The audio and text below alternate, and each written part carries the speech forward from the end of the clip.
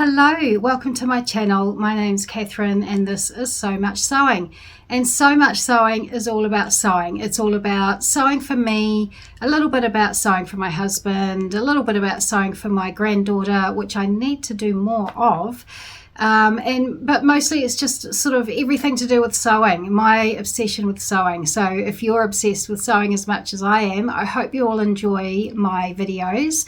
Please check out my previous videos. I have been doing this for over a year now, maybe a year and a half, so I've got quite a few videos stacked up in my catalogue. Please do feel free to go through and have a look at to see what I have done in the past. Thank you for coming back to see me again if you have been here before. I really enjoy our relationship. I enjoy our two-way conversation, because it is a two-way conversation. It's not just me sitting here going blah, blah, blah. I also like to respond to your comments, have little chats on Instagram. It's all two-way street here. I've just got Dolly standing here in a dress that I made a while ago. I really just putting it there for interest because it's a white wall. So I hope that's not too distracting for you. What we're talking about today is this little beauty here, which is a Pattern Emporium Shoreline top that I have hacked into a dress. This is a new-ish pattern. I think it was released just before Christmas. It looks like it's been a very popular pattern, and I can see why. You can make it as a top, you can lengthen it into a dress. There are different sort of variations for the pockets. This variation is the pocket flaps are at this level. You can put the pocket flaps up here, which actually probably I would do next time, as I would raise the pocket up so the pocket sits above this this line, whatever that's called, and so that the flaps are sitting higher as well. So I probably would do that next time, but you know, hey ho, I'm very happy with it. I've made this in a chambray fabric that I got from someone's D-stash on Trade Me, which is New Zealand's version of eBay, Craigslist, Gumtree, that sort of situation. And they had about 4 meters for sale, so I picked that up. I didn't know what on earth I was going to make with it, but it turns out I was going to make one of these. So I've seen, if you go to the Pattern Emporium website or on their Facebook page, you'll see a whole bunch of different versions of this top. Some people have lengthened it into a dress, sort of above the knee dress, but I went that step further and I lengthened it down to an ankle length. I just, for some reason, I just thought I would use this fabric, and then I got the whole inspiration of the sort of 1980s 90s sort of western type vibe, and so I put these fabulous snaps on. There's sort of a, well, you can see the color, there's sort of a dirty brassy kind of color. I use Topstitching, which is a very pale sort of beigey colored top stitch. Now I have top stitched before, but not since I was about 13 years old. Actually, funny, my brother, who has now sadly passed away, is quite a lot older than me, 13 years older than me. So he had actually moved away to Aussie and was living his life in Aussie, and he came back for a Christmas holiday or whatever it was, and I had been busily making a denim outfit. It was a waistcoat and a skirt with a split up the front, and I toiled away on this outfit for so long, and I used yellow top stitching thread, and it had sort of silky lining to the waistcoat. I was so proud of this thing, and I showed it to Jeff when he came to visit, and he went, oh yes, well of course denim, all that's out in Australia now. I was absolutely gutted. I was gutted, but that was the last time I did any top stitching. So I'm pretty happy with the way this turned out. I've top stitched both sides of the top here. Oh, you can see where I've top stitched, can't you? I went berserk on the hem. I did a double row of top stitching, and that's down the split down the side. So yeah, I just love this. I am in love with this. It's very, very roomy through here, and it tapers down quite quickly here. So perhaps I would modify it slightly next time. If I was to make this again, I might modify it slightly, because it does sort of pull a little bit around here, but I'm okay with it. I'm more than okay with it. I love it. So I made a straight size 18. I made no other changes to it other than the fact that I lengthened the heck out of it and made it floor length. I had quite a little adventure with these poppers though. I had some poppers left over from when I made my Rosa shirt from Tilly and the Buttons a while ago. I've got a whole pack. My husband bought me a pack of different colours with a little squeezy machine, and so I've got a bazillion of these little poppery things. But when it came to put them on this top, for some reason they just were too small. They were 12 millimeters, and they just looked too small on this, even though they were perfect for the Rosa shirt. So I'm not quite sure what the difference is, but we decided that the poppers were too small. So I bought some 15 millimeter poppers, thinking, just from Spotlight, the brand is called Birch. So bought these thinking that my machine, my squeezy machine, would put these in, but we needed different dies.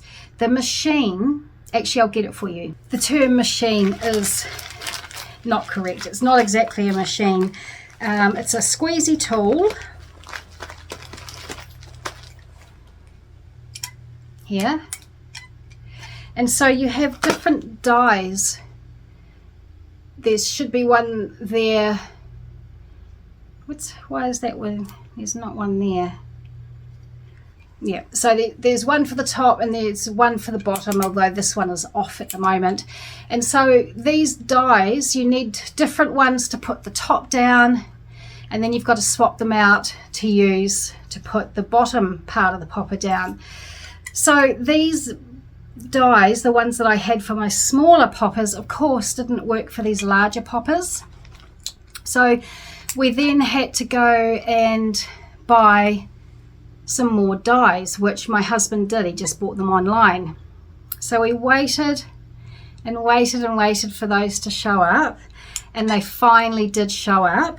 So we got the right size dies, and then what happened? We realized it still wasn't working. For whatever reason, we couldn't get it to work properly. I don't know why we couldn't get it to work properly. Maybe the dies, I don't know, the dies were supposed to fit this machine, but somehow they didn't. So in the end, what we did is we went back to Spotlight and bought another little pack of the fasteners from Birch, and this one had some, see, here's all my little bits. I've got so many little baggies full of things. So in the end, what we got was just the little kit where you punch it in with a hammer. I don't even know where the bits are. I've got bits everywhere. And so he ended up buying me my own little hammer, and I hammered these in rather than using the machine squeezy tool. So that did all work pretty well. Although I do have to say, I put one of these on, is it this one?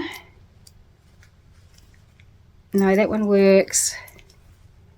Yeah, I put this one on the wrong way round, so that actually should be on the inside. So I can't actually do that one up at all. Chris did offer to take it off for me. He said he would drill it out, put a drill on it and drill it out. But I said, look, I'm probably not going to do those up anyway. I'm okay with them flapping around. But what I would say about these birch snappers is I don't know about the quality of them, because you can't, sometimes they don't pop in, or like this one here is just so tight. I can't undo it. I can't unpop it. So luckily the dress is so roomy that I can just pop it on over my head, and I don't actually need to undo these poppers, because yes, I don't know whether it's how I put them in. I don't know. Maybe I put them in incorrectly, I don't know, but some of them just don't work, and they're really hard to open. And this fabric is actually quite soft. It's quite a loose weave, so if I was to pull this, I would be worried that I would actually pull the bottom of the popper out through the fabric. So yeah, so I don't know about the quality of birch. From Spotlight is where you get birch products from. I know my Overlook repair guy is not a fan of the birch thread, because it's all very bobbly, you know, there's like, it's very fluffy, there's lots of stray strands on it. So you know, if I was going to use poppers again, I don't think I would buy birch. Even the poppers that I got in my big kit, I felt was a better quality. I got those, I think they came from China. So I believe that if I was to use poppers again, I probably would buy, you know, a decent brand like Merchant and Mills, or you know, I might be wrong, but anyway, that's just my experience with birch poppers. So there we go. That is my Shoreline top lengthened into a dress. I love the retro feel to this. I love the sort of westerny type vibe that it's giving, and you know, I think I'll probably get a reasonable amount of wear out of this summer. I probably even will put a long sleeve t-shirt on underneath it and wear it with some long boots for winter. I think that would be fun to do as well. So I'm really happy with this pattern. Honestly, actually every pattern that I've made from Pattern Emporium, I've been really impressed with it. I didn't tell you the size. I don't think I made a size 18, which is quite roomy, but it does narrow down. So if you're making the short top,